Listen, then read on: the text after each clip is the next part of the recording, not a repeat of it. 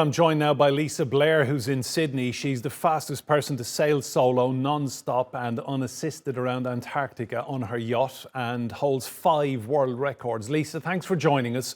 First of all, I want to touch on just extreme weather. You know, very, very challenging conditions where the wreck of the Titanic is. We're hearing about 6-foot waves, wind speeds of 50 knots. Just talk us through, in your experience, how difficult it is to get anything done in those kind of conditions.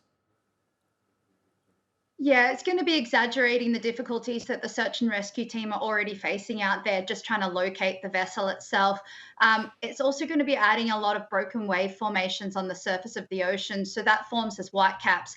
And given that the submarine is actually a white vessel, it would make it a lot harder to spot the vessel.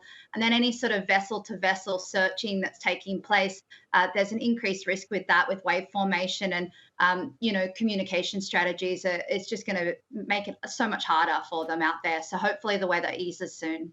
Lisa, talk us through the mental challenges involved in endurance and staying afloat, staying alive. You know, your experience, how difficult do you think the mental side of things is now for the passengers on board that submersible?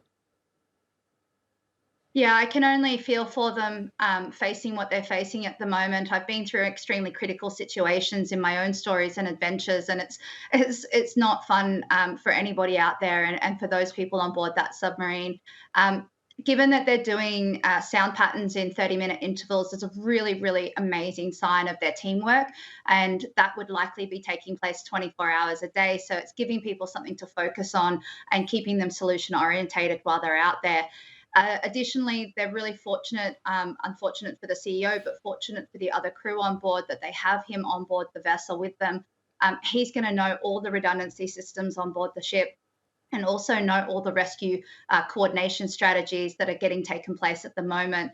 So he's going to be fully aware of the picture that they're facing down there on board the submarine. So hopefully he can use that information to their advantage and be able to assist in keeping the other people calm on board the vessel. And calm is going to be what gets them through, because it's going to allow them to think logically and clearly and address the problems as they arise and hopefully overcome them until we can find them.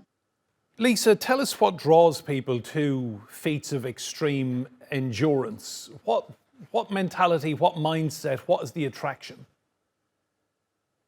Surprisingly enough, as risky as a lot of these things seem, there's generally a lot less risk in something like, sailing solo around Antarctica for myself, for example, than jumping in your car and driving to work, because the numbers state that that's actually a more risky event.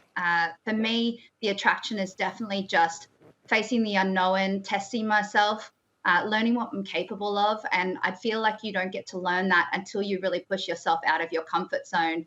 And additionally, with that, the more you push yourself out of your comfort zone, the more capable you become of undertaking challenges like this that others would, deem as risky or unwarranted. Lisa Blair, record-breaking yachtswoman, live for us in Sydney. Thanks for your insight.